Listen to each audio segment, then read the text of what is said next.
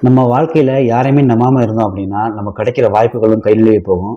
இந்த ஒரு சின்ன ஸ்டோரி மட்டும் கேளுங்க. ஒருத்தன் ட்ரெக்கிங் போயிட்டு இருக்கான். அவனுக்கு கடவுள் நம்பிக்கையே இல்ல. அவன் வாழ்க்கையில யாரையுமே நம்ப மாட்டான். ட்ரெக்கிங் போயிட்டு இருக்கும்போது கால் வழுக்கி மலையிலேருந்து கீழே விழ ஆரம்பிச்சிடுறான். விழுந்த உடனே மலையில உள்ள சரிவுல உள்ள ஒரு மரத்தோட வேரை பிடிச்சி தங்கிட்டு இருக்கான். அதுக்கப்புறம் வேற வழி இல்லாம நான் யாரையும் நம்பித்தான் ஆகணுங்கிற கட்டாயத்துல கடவுளை நம்ப ஆரம்பிக்கிறான். கடவுளை என்னை காப்பாத்து, நான் சாக போறேன். இது வரைக்கும் நான் யாரும் நம்பினது இல்லை. உன்னை தான் ஃபர்ஸ்ட் டைம் நம்புறேன். என்னை எப்படியா காப்பாத்து அப்படின்னு சொல்லும்போது திடீர்னு வானத்துல இருந்து சின்ன ஒரு குரல் கேட்குது. கடவுள் அவன்கிட்ட பேசுறாரு. கடவுளை நான் இது வரைக்கும் யாரும் நம்பினது இல்லை. உன்னை ஃபர்ஸ்ட் டைம் நம்புறேன். என்னை எப்படியாவது காப்பாத்திரு அப்படின்னு சொல்லி கடவுள்கிட்ட கேட்குறாரு. அப்படியா, சரி, ஓகே. நீ பிடிச்சிருக்க வேர்ல இருந்து கையை எடுத்துரு, கையை விட்டுரு அப்படின்னு சொல்லி கடவுள் அந்த மனுஷன்ட்ட சொல்றாரு. சொன்ன உடனே அவனுக்கு ஒரு யோசனையா போச்சு. நான் விட்டா இறந்துருவனே கடவுளே, என்னை காப்பாற்ற சொன்ன நீ சாடிக்க பாக்குறீங்களா அப்படிங்கிற மாதிரி திருப்பியும் அந்த வேரை விடாம பிடிச்சிட்டே இருக்கான்.